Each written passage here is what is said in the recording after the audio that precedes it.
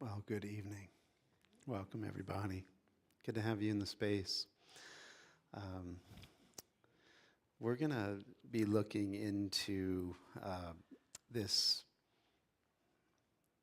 allness that we are and how this relates to a sense of real connection to one another and to what is beyond what physical senses can show us. So I kind of labeled this message this evening, seeing the unity or seeing the universe through the simplicity of unity.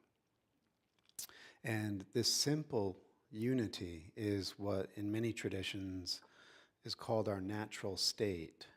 Right? Our natural state comes stock with infinite vision. Right? We've done as Jesus says in the Course, we've gone really out of our way to make an impossible situation appear for ourselves. That is, we've used our infinite power and ingenuity to isolate ourselves into this little speck of perception that appears to be on a little speck of a blue dot. Right? And so we are in this process, as he tells us in the Course, going from littleness to magnitude. And so we're opening up our perception, right? As, what was it, Aldous Huxley, kind of riffing on William Blake, had said, when you clean the doors of your perception, everything you behold will be infinite. And so this is really what A Course in Miracles and every genuine tradition of spirituality is. It's perception correction. It's clearing the mirror of our higher or intuitive mind. So we want to recognize that we're just going back the way we came. This is what Jesus says. Sri Ramana Maharshi says the same thing. You have to go back the way you came. So we came from magnitude and entered into littleness. And now we're going to reverse the trajectory and go from littleness back into magnitude. But keep in mind that this is all happening in mind. And he says it's a journey without distance to a place that has never changed. So as we journey together tonight, we will, if we're doing this inner work together, traverse worlds. And we're going to go back into the bosom of the infinite, the All-Father, the Pleroma, the Shunyata, the Allah, right? All of these names, these symbols, are really pointers towards an experience where our little speck of perception goes back into the infinite ocean. But what's really beautiful is the infinite ocean becomes the drop, and the drop becomes the infinite ocean simultaneously. And what's really magnificent is that little drop is also reflecting all the other little drops within itself, as all those other little drops are reflecting that little drop within themselves, all within the bosom of the All-Father that is at the center of all the little drops. Did you get that? This is love. This is infinite, limitless love, where all is in all. Right? We each are and have everything individually. And because of that, we can co-create as the all, with the all, in our own unique music. And so this is what littleness back to magnitude means, where we experience this opening of our perception and the return to a place that we've never left. And instead of seeing fragmentation, we will see total unity and love. And remember now, this is something that we're going to look at as a way of shifting our attention. We keep bringing ourselves back to this all-important teaching. The training of the mind, or perception correction, is really just, what are you paying attention to right now? And it starts with a foundation of your view. Like you're always looking from a foundation in perception. So it's often unexamined and unconscious that we are on a default setting of looking from our fragmented state of mind, and we call it me. And it's this body, and it's encased in flesh and bone. And so that's the starting point of every moment and every thought, every experience, every memory, every interaction and relationship is all related to this independently existing me. That's the starting point. Then as we go along in life and we're getting hit and bumped with all of these experiences of pain and pleasure, we get to a point maybe where the pain tips the scales, the sense of loneliness or ennui, existential dread, whatever it is, it hits us finally and we feel it. And it's like, something's got to change with me. I got to be different than I am. And so this unexamined belief of where we're seeing the present moment from as the separated self now wants to get enlightened. And this will save you a lot of time if you can hear this. The separate self that wants to get enlightened is still trying to get it from out there. And it's trying to get it through concepts, through people, special people called gurus or teachers, special books called scriptures. And so the separate me is always seeking, as Jesus will say in the Course, but never finding. You might have some ups, but you're going to never find that you're out of the prison of your own mind. You'll have these moments of bliss and joy, and I'm getting it, but then I'm not getting it. And it's always because, remember where we started with this, there's an unexamined place within your consciousness where you're perceiving this moment from. That's what needs to change. Nothing out there, and nothing with the solid me that you have this elaborate story about. And this whole world depends on the me that you think you are. All your relationships are relationships with you as the body identity. And what Jesus is saying in the Course, and what all the great masters have said before, you're not a body. You never were a body. And you're not a body now. That takes some getting used to. But it also is this journey from littleness to magnitude that can happen in an instant. And that's what he says. It's a holy instant when you're willing, and this is what determines it, not time, you're willing to question the foundation from which you're perceiving this moment from. You're willing to question your core beliefs about who you are, where you are, and what's really possible. That's what meditation is. It's a deep inquiry into where we have restricted ourselves via these preconceived beliefs in our imagination. So when we begin to go in and we begin to look, one of the things that becomes apparent early on perhaps is that when you go silent, things become increasingly clear. Because when you go silent, that means you're no longer paying attention to the chattering mind of the solid me, or the ego, which it has all of its stories, all its conditioning, all its beliefs, all of its wants, needs, fears, opinions, judgments, evaluations.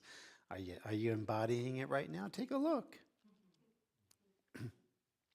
Because remember, everything that's coming out of my mouth, its intention here is to point you towards the machinery of your self-limiting beliefs so that you can examine them. Not judge them or judge another. See, if you judge them or judge me or judge yourself for having them, that's still all within the machinery of self-limiting. And that's one of the ways that it hangs on. It tries to, become a disassociated identity. Now, you're the person who's now critiquing you that can't get clear on your spiritual practice. And the one you're critiquing is the machinery, and the one who's critiquing is the machinery. all meant to preserve the self-limiting. Pop out of that. Just watch it. And as you watch it, you become increasingly still. And as you become increasingly still, that voice of the self-limiting goes farther and farther off. And silence becomes overwhelmingly apparent, and you realize it's from the silence that everything that's true comes. I'm the silence. At the core of me is pure stillness. And this stillness is pregnant with infinite potentiality. That we've been talking a lot about this holographic paradigm. We're going to be looking into what is probably the pivotal book in popular circles, for laymen. The Holographic Paradigm by Michael Talbot. Has anybody read this? Oh, you have to read it. The Holographic Paradigm by Michael Talbot. It was published in 1991, and he just breaks down David Bohm, who was a quantum physicist, his view of this holographic paradigm, and another great scientist working independent from David Bohm, Karl Pribram. And Pribram discovered that the brain operates holographically, and David Bohm says the universe operates holographically. And what it basically is telling us is that there is this hidden order. We've talked about this the past couple of weeks, what Bohm calls the implicate order, the unseen, the infinite potentiality, where everything is already one. And all possibilities exist simultaneously, past, present, and future. And it's really where we are seeing this moment from. And then there's the explicate order, where everything seems to be taking form and appearance. And that's just a projection from this implicate order, right? So projection makes perception, as Jesus says in A Course in Miracles. Now, what's really fascinating about this is that the brain-body system is interpreting this holographic universe through its own five senses. And what Pribram discovered in his brain research at Stanford University is that we aren't really, what we're seeing as chairs and people and things out here that we all agree, there's the red rug and the table and the meditation bell.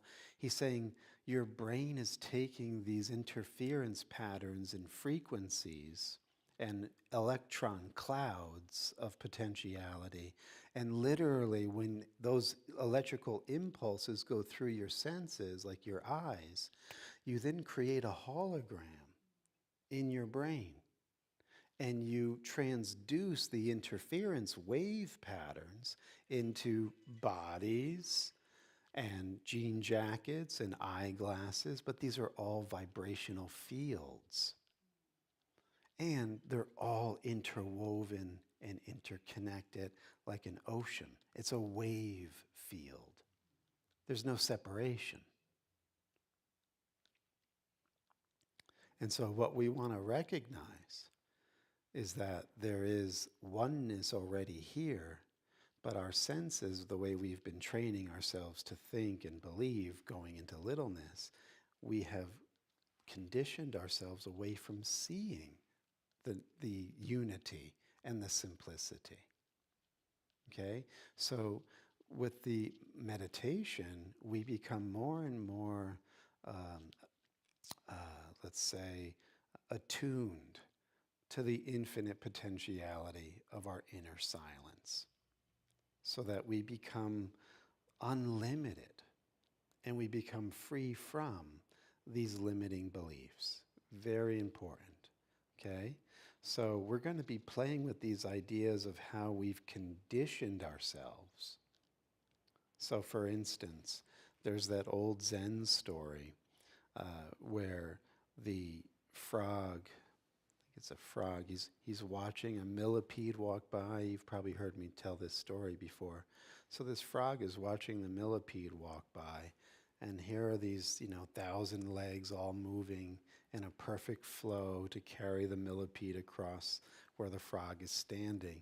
And the frog is like, I just have to ask you, how do you know which leg to move next?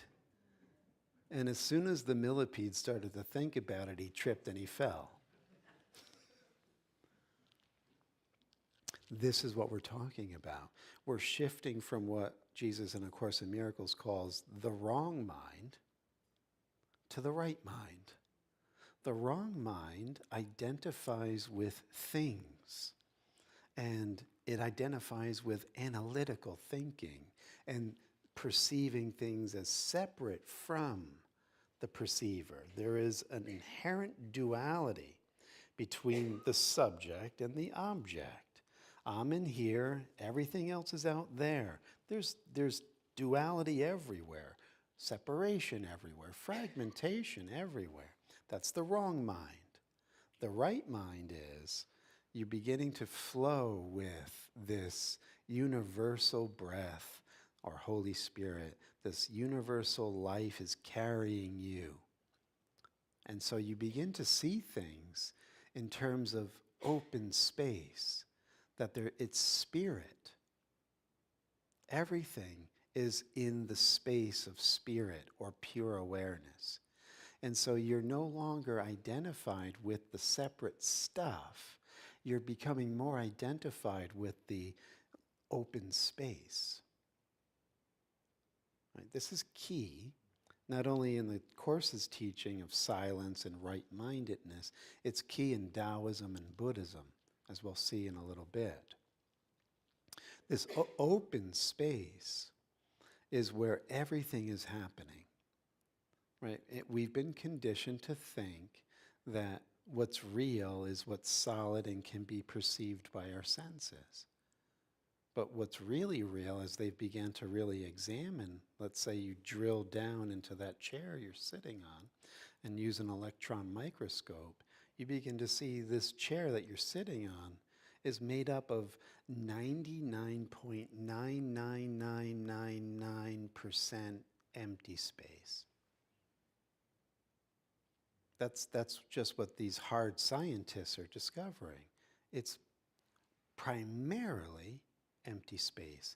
It's vibrating at a frequency where you're not falling through it, and so you're sitting on it. It's only because the electrons on your butt and the electrons on the chair are creating this magnetic field or resistance so that you don't fall through. So you're never really touching the chair, is what they say. It's all empty space. So in other words, then, as we shift our attention, we can begin to actually release ourselves from these limiting beliefs.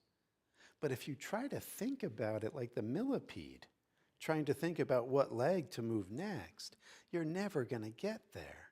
Because now it's the little you trying to figure out this infinite, all-encompassing field of spirit. You're already spirit. You don't have to figure it out. You just have to be willing to let go of what's blocking it from your awareness. How amazing is that? And it takes no time at all. It takes willingness. Willingness to question every value that you hold. We've been taught badly. That's why Jesus says in A Course in Miracles, resign now as your own teacher. You've done such a piss poor job teaching yourself reality. Stop trying to do it. You're getting it all wrong, right? And this is one of the things that the solid me doesn't like to hear. The solid me wants to get enlightened, but the solid me wants to stay the solid me. I like me. I matter. And I'm going to be really special when I'm enlightened. No, the sad story for the solid me is it doesn't really exist. There's nothing solid, as we just, dimly established. Everything is one frequency flow of waves within waves, fields within fields, an infinite, open, beautiful spirit of love. And we are at the center as the still points of consciousness or awareness in God's presence forever, a state of grace. So we come to this place where we can give up the project of trying to get enlightened and simply be willing to accept what is always already the case. You're home. There's nothing to get. You know, it's called the Heart Sutra in Buddhism, and it's considered to be the purest essence of teaching given in Buddhism.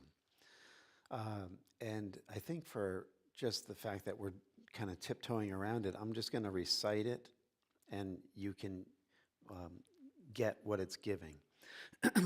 And then we'll play on some of it. So to set the context, Avalokiteshvara is the bodhisattva of universal compassion.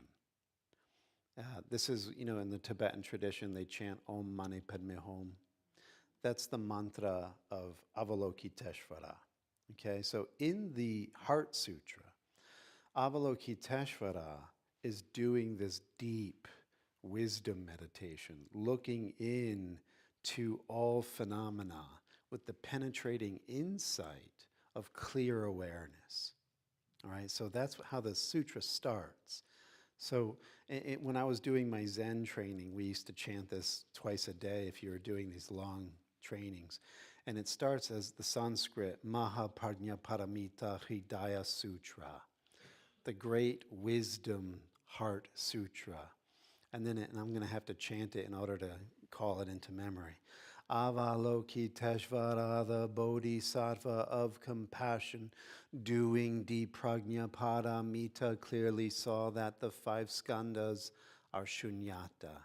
So the prajna paramita is the part of your mind that sees through false appearances and takes you back into the infinite ocean of your pure being, beyond all limitation.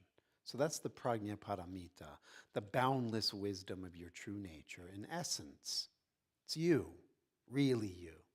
And the 5 skandhas are these parts of the conditioned self, your form, your feeling, your thoughts, your perceptions, and the consciousness that seems to exist as the independent me. All of that construct of body-mind is shunyata, empty. But shunyata means infinitely empty and opened in everything. It is the pure potentiality. It's an expression or a projection of the implicate order, if we're going back to that holographic paradigm. It is the all and everything arising as this body form, but it never leaves the ocean. It's a wave arising on the ocean. So when you're experiencing through your deep wisdom, you realize that this body-mind does seem to be appearing, but it's not separate. It is the ocean appearing as this. And it's still one with everything else. It's so simple and so profound, because now you realize, doing this deep wisdom meditation, that you're not bounded by your body. It's just appearing. You're not that. You're actually the one doing the insight into that. So here we go again. Avalokiteshvara, the bodhisattva of compassion, doing deep prajna paramita, clearly saw that the 5 skandhas are shunyata, thus transcending misfortune and suffering. You're no longer suffering because you're not the little me. You're the ocean of pure awareness, or Buddha nature. That's what you are right now. And the only one that would have a problem with that is the little me. So, do a little quick inventory. Do you feel a little constriction, annoyance, resistance? There you go. That's your sadhana. That's your practice. Watch how the little me is going to try to spin its web confusion, resistance, whatever it's going to do, just get you away from it. Don't look, don't leave the prison cell. Stay attached to your story, to your comfort zone, right? But then what is that? Misfortune and suffering. So when you realize you're not the little me, you transcend misfortune and suffering. And so the Buddha then talks to his key disciple, his chief disciple, and he says, "Oh, Shariputra, form is no other than shunyata. Shunyata is no other than form. Form is exactly this field of infinite potentiality."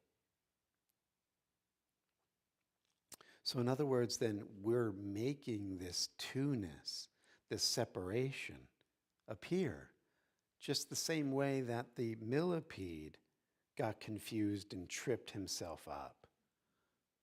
We're using the wrong mind right now. It's a place you've never left, and you'll know that right now if you actually quiet the chattering mind and open to this inner space of pure awareness. No name, no form. Always you as this. Right? So the simplicity of it is also mentioned in the opening of the Tao Te Ching. And this is chapter 1. And this is a good take on it. It's a translation done by a Taoist master, so he's kind of adding the more practical nuances to the poem. So he says here in chapter 1, "The Tao source of life that we often talk about is beyond the power of words and labels to define or enclose. While it is true that we employ words and labels to outline our experience, they are not absolute and cannot define the absolute. When it all began, there were no words or labels. These things were created out of the union of preception and perception. Whether a person who is so let's pause there for a second. So projection makes perception. The words and labels that we are applying to our world right now are coming from us. We keep coming back to this all-important truth. The world isn't happening to you. You're making it. Just the same way that you're making things appear the way they appear in your hologram of your senses. This field that we're experiencing right now is infinite potentiality. How we're experiencing it is based on our karma, the way we think, the way we believe, what we're looking to see. That's why he'll say in A Course in Miracles, the ego looks directly at the Father. The ego looks directly at the Father and sees him not. And it's because we're missing the Son.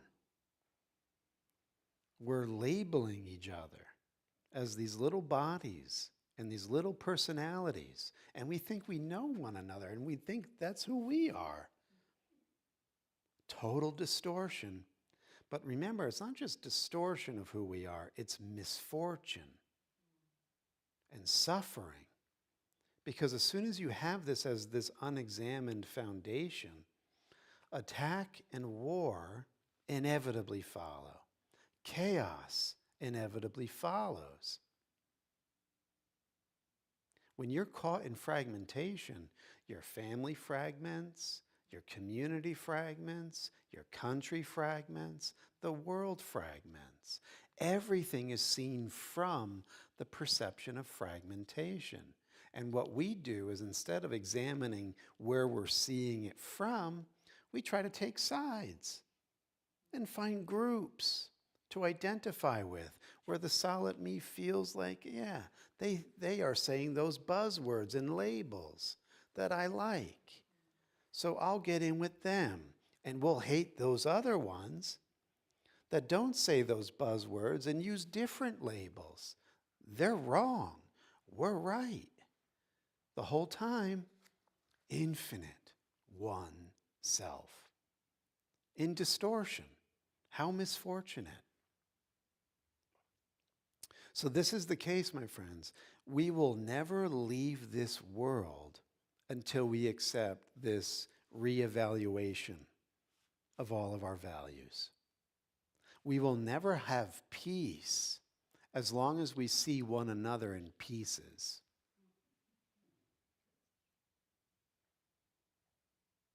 You can't stop a war, as Buddha says in the Dhammapada, through hate. You're not going to solve anything by hating something or someone for what they're doing. Hate adds to hate. Love annihilates hate, shines it away. But how do we find this authentic love? We have to switch our attention to this place within ourselves where we actually regain or remember this infinite all that we are. Jesus says it so beautifully in A Course in Miracles. Let's just turn there very briefly.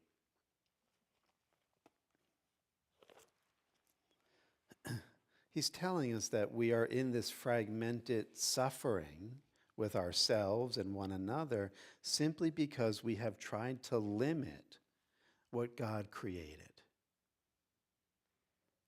And so we believe that all creation is limited. How then could you know your creations having denied infinity? The laws of the universe do not permit contradiction. What holds for God holds for you. If you believe you are absent from God, you will believe he is absent from you. That's the story of the little me.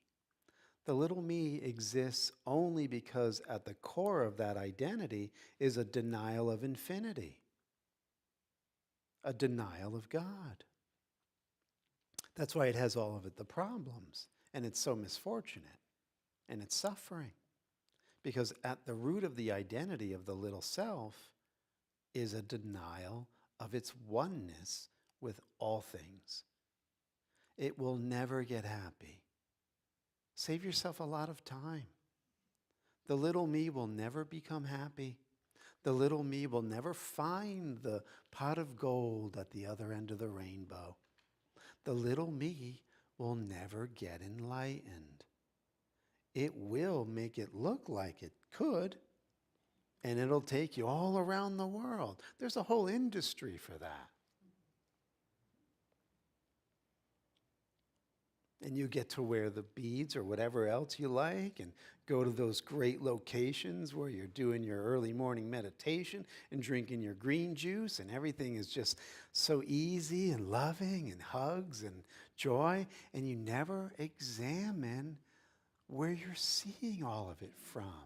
You're still the little self in a different environment, but nevertheless the same unexamined me. And so that trip to Costa Rica or Bali will be beautiful for 2 weeks. And then you'll get to the airport and something's going to piss you off. And then you get home and you're back in the routine of your old existence. And here you are again, human, all too human. There's got to be something better than that. That can't be the way because it never works. What is the way that works? Stop pretending you are who you're not. Get still and deny everything that you can label. If you can label it, it ain't you. You're infinite. Infinity has no name. Infinity has no label. And you think that seems like a far out idea? The millipede is walking because it's in that infinite flow. You would just as easily take to infinity as a fish to water if you would allow that other part of the mind to open you back up to what is already here and already you. So Jesus says this: infinity is meaningless without you. Right? Because Jesus will say it also. The ego's last-ditch defense is to exclude you from your infinite nature. And it's trying to do it every moment, right? It's having a harder time in a conversation like this because I'm, the battering ram, And if you're really half willing, you're going to get a little bit in. So infinity is meaningless without you, and you are meaningless without God. Now listen to this. There is no end to God and you. We are the universe. That's his statement. We are the universe. Form is no other than shunyata. Shunyata is no other than form. Form is exactly shunyata. Shunyata exactly form. Feeling, thought, volition, and consciousness are likewise like this. O Shariputra, remember Dharma, the enlightened teaching, is fundamentally shunyata. No form, no feeling, no thought, no volition, no consciousness, no eyes, no ears, no nose, no tongue, no body, no mind, no seeing, no hearing, no thinking, no touching, no sensing, no world of sight, no world of consciousness, no ignorance and no end to ignorance, no old age and death and no end to old age and death, no suffering, no craving, no extinction, no path, no wisdom, no attainment. Indeed, there is nothing to be attained. All Buddhas, bodhisattvas rely on prajna paramita and therefore reach the most supreme enlightenment. Therefore, no prajna paramita is the greatest mantra, the highest mantra, the brightest mantra, the incomparable teaching. It completely clears all suffering. So he's basically saying in that teaching, you can get to a place with your insight where you don't let any thought, feeling, sensation, memory, appearance block you from the all-encompassing presence of God's love. It's right here, right now, in full magnitude. But when we get into that other mind, we get tripped. We get into labels. We get into conditioned beliefs. And we literally block it. And I've mentioned this before. There's that optical illusion when you're looking, you might see the young lady or the old lady depending on how you look at the picture. And it's that immediate of a shift. If you change your focus, it's the older woman. If you change your focus, it's the younger woman. So this is the right mind, wrong mind dichotomy. You can shift in an instant and realize you're the universe. You're everything that's arising, and you're beyond everything that's arising. You're in the presence of God right now as an infinite idea in God's mind. And you can immediately go there. Just become still.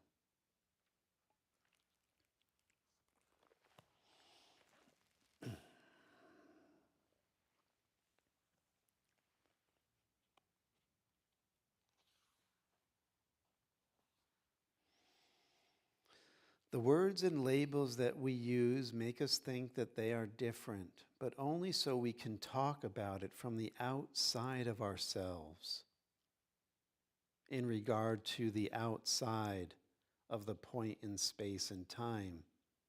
If you feel as though you really need a name, then call it the wonder work and watch one miracle talk to another.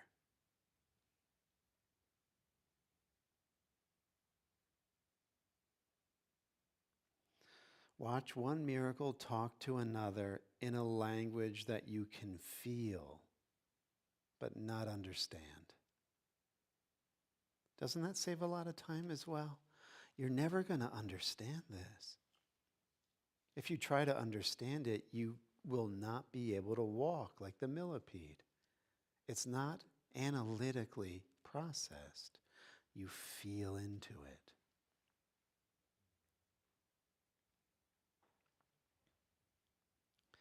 It says at the end here, it is playful to approach something that is logically unknowable.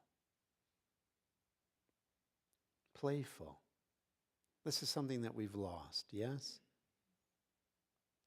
That's why in our Nisargadatta class last week, Nisargadatta said, my guru gave me instructions and I came to realize I'm still an infant. I'm 74 years old and I'm still an infant. Lao Tzu talks about having the mind of an infinite infant. Totally open. Become like a child, lest ye become like little children. You cannot enter the kingdom of God. You can't understand the kingdom of God, but you can feel it and be it. It's immediate. The analytical mind is linear, and it thinks that I'm not that right now, but maybe if I follow this teaching and this teacher and go to that retreat and I do my work every day in the future, at some point, I will be enlightened. And that's the analytical mind.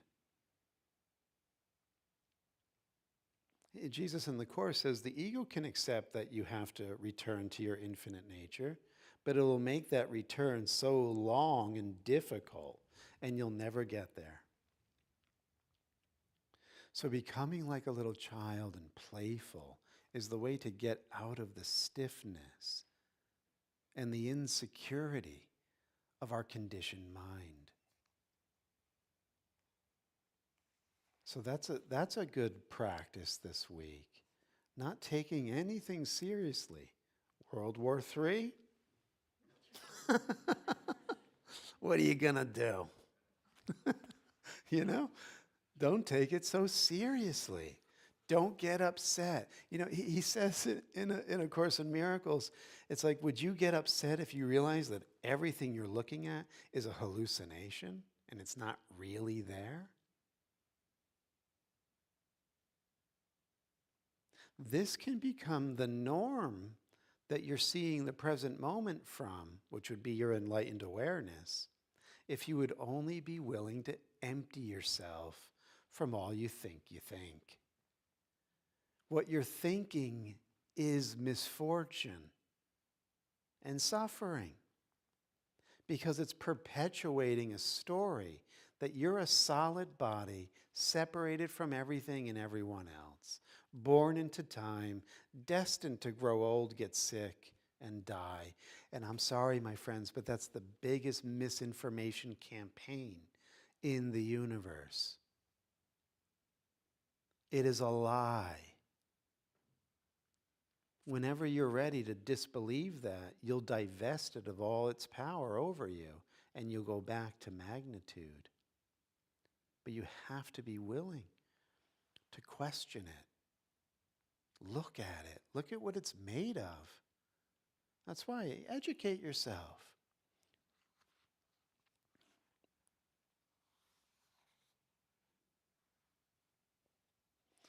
Creative spirit, vital soul, wondrous body, mind.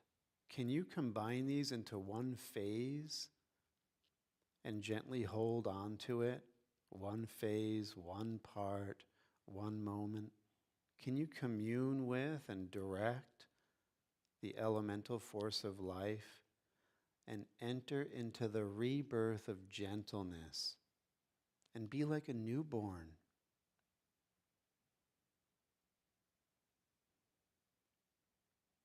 I love that line. Enter into the rebirth of gentleness. Like that inner letting go, that softening. Because deep down, like because the ego is this flawed version of ourself, it's riddled with insecurity, and often it has like a core wound that we're trying to reconcile. And for many of us, if we're on this enlightened path, the core wound might be something like, I'm not enough. I don't do it right. I don't know enough. Right? It's this fundamental flaw. And so it makes us very tight. And we're not often aware of it because we like to push it out of our mind. And that tightness is also a part of like a harsh judgment we have on ourselves. We've often have the experience of receiving it at the hand of a parent, an older sibling, an authority figure. When we were very young, we got imprinted with that, so we thought it came from the outside. But it was just the germ of our ego finally fruiting. And the symbol of it appeared in the dream to enforce itself, right? Because the ego is part of that hologram. And so we got imprinted from this inner belief that we're not enough and we're not gentle with ourselves. We're often very hard on ourselves. We hate ourselves if we really look, right? Because we're not enough. And there's something inherently wrong with us, or we would be happy. We wouldn't be experiencing misfortune and suffering if we were good people, if we actually had value. And so this deep looking will expose this part of ourself, and what we do is we meet it with this gentleness of rebirth. And become like a newborn. And then he says, can you wash and cleanse your mystic inner vision while clearing it of the refuse left by ordinary sight? Is it possible for you to stay out of your own way while being your own leader?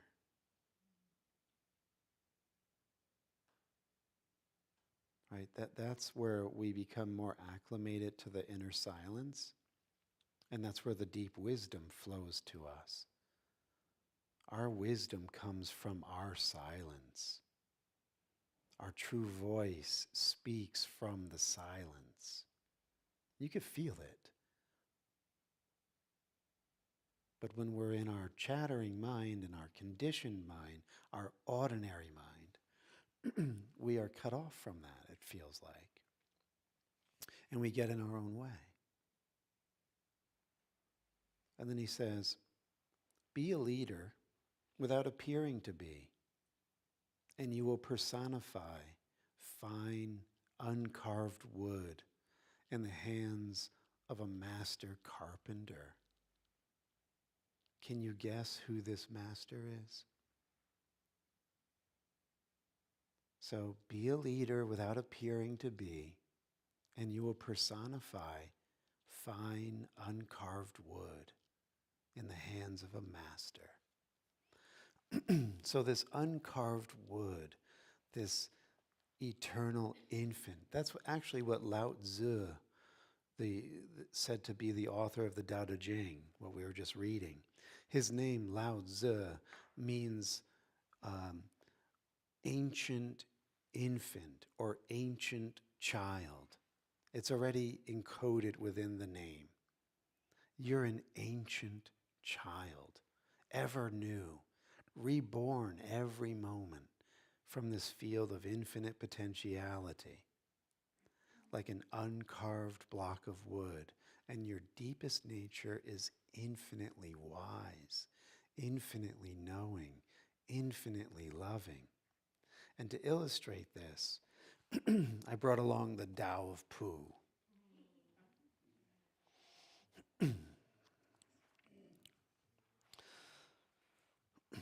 So the author, Benjamin Hoff, is having a conversation with Winnie the Pooh. And Winnie the Pooh is making these comments about Taoism. And then the author says to Pooh, Pooh, he says, one of the most important principles of Taoism was named after you. Really? Pooh asked, looking more hopeful. Of course. Pooh. The uncarved block, right, in Chinese, Pooh. I'd forgotten, said Pooh.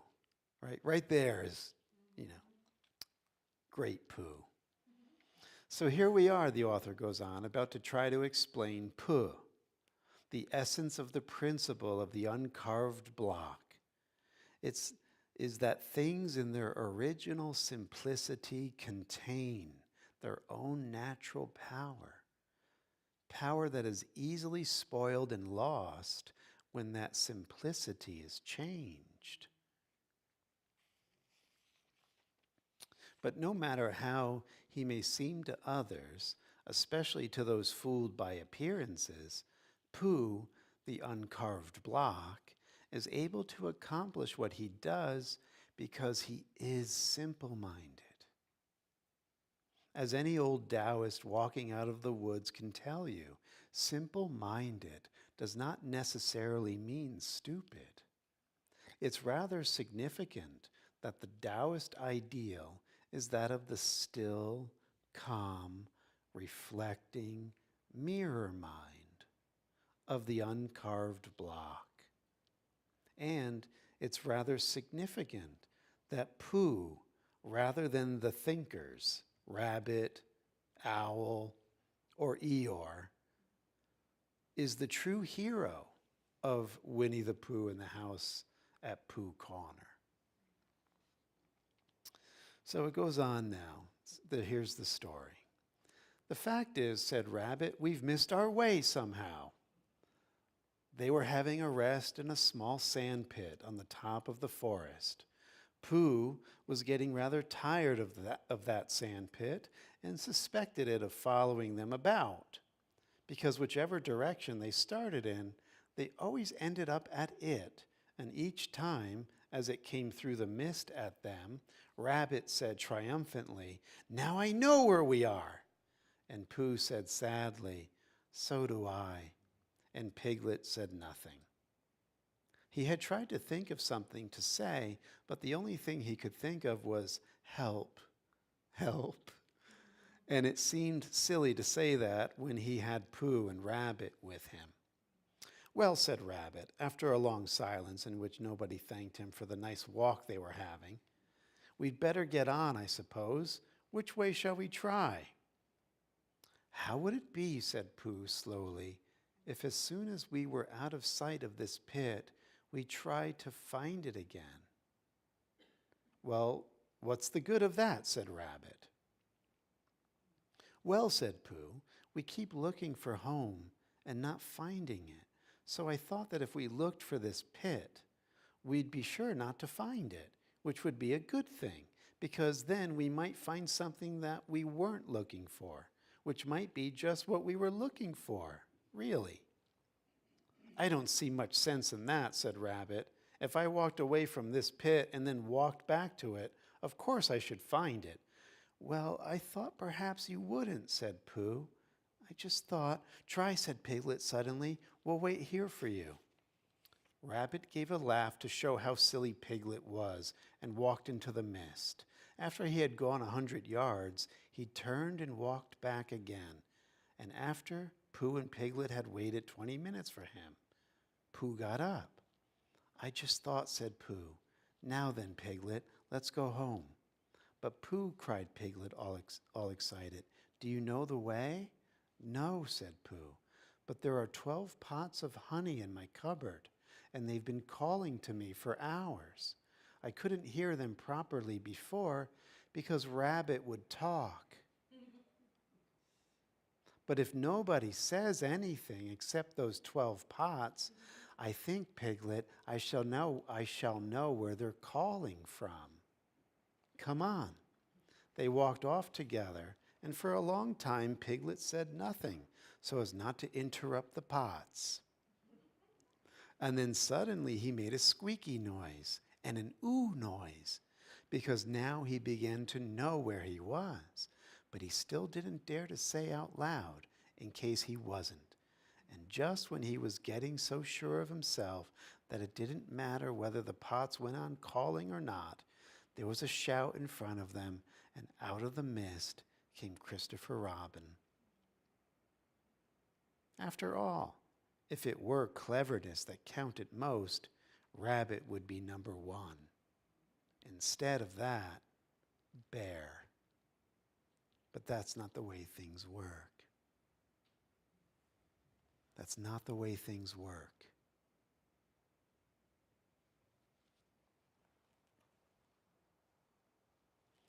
Let's digest.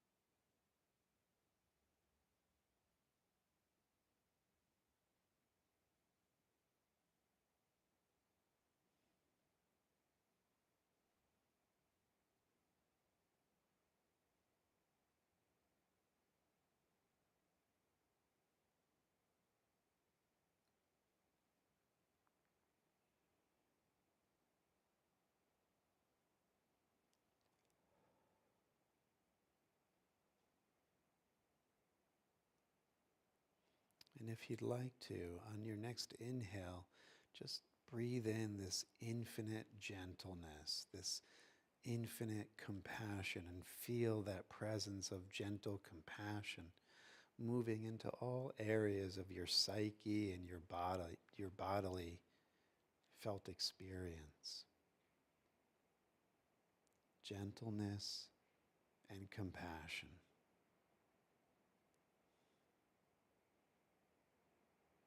And as you exhale, just exhale all limiting beliefs, all tension, all fear, all anxiety, whatever you're holding on to, breathe it out.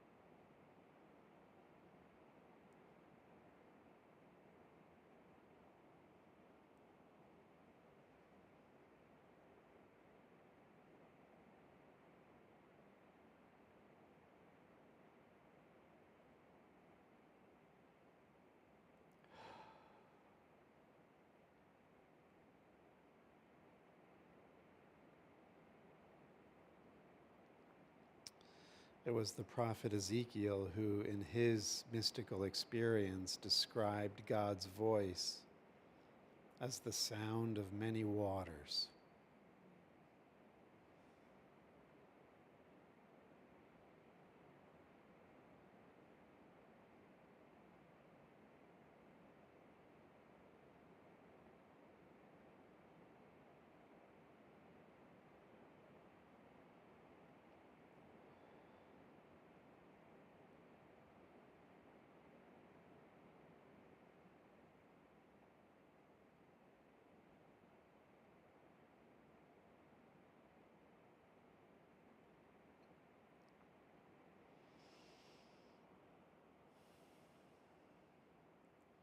Just feel that rain within also as without, washing off the mirror of the mind,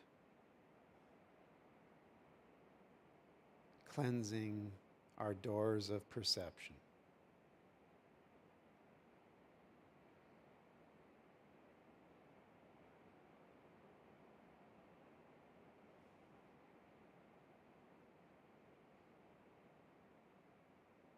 As you bring your hands to heart, if you'd like to join in chanting 3 ohms, collective exhale, collective inhale.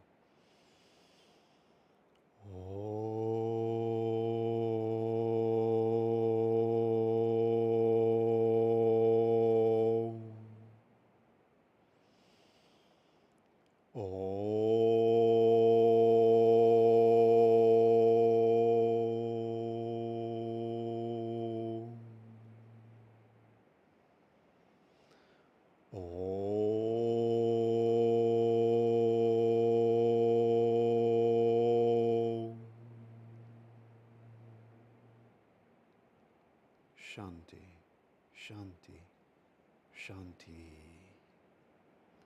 Peace, peace, peace. Namaste. Blue bag's going to go around. And if you're joining on Facebook or YouTube, you can click the donation link in the comment section. We thank you for that.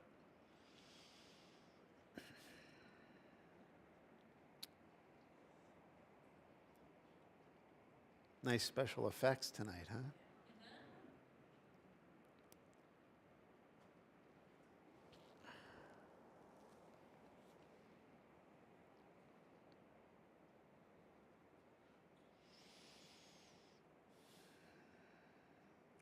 And don't forget, you can join us tomorrow night for more Monday night for more mind training.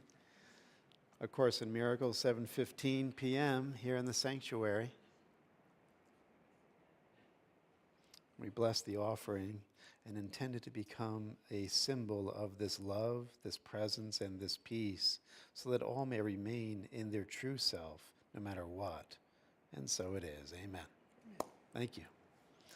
Okay, let's see if we can rise and collectively shut the rain off before it's time to walk to our car.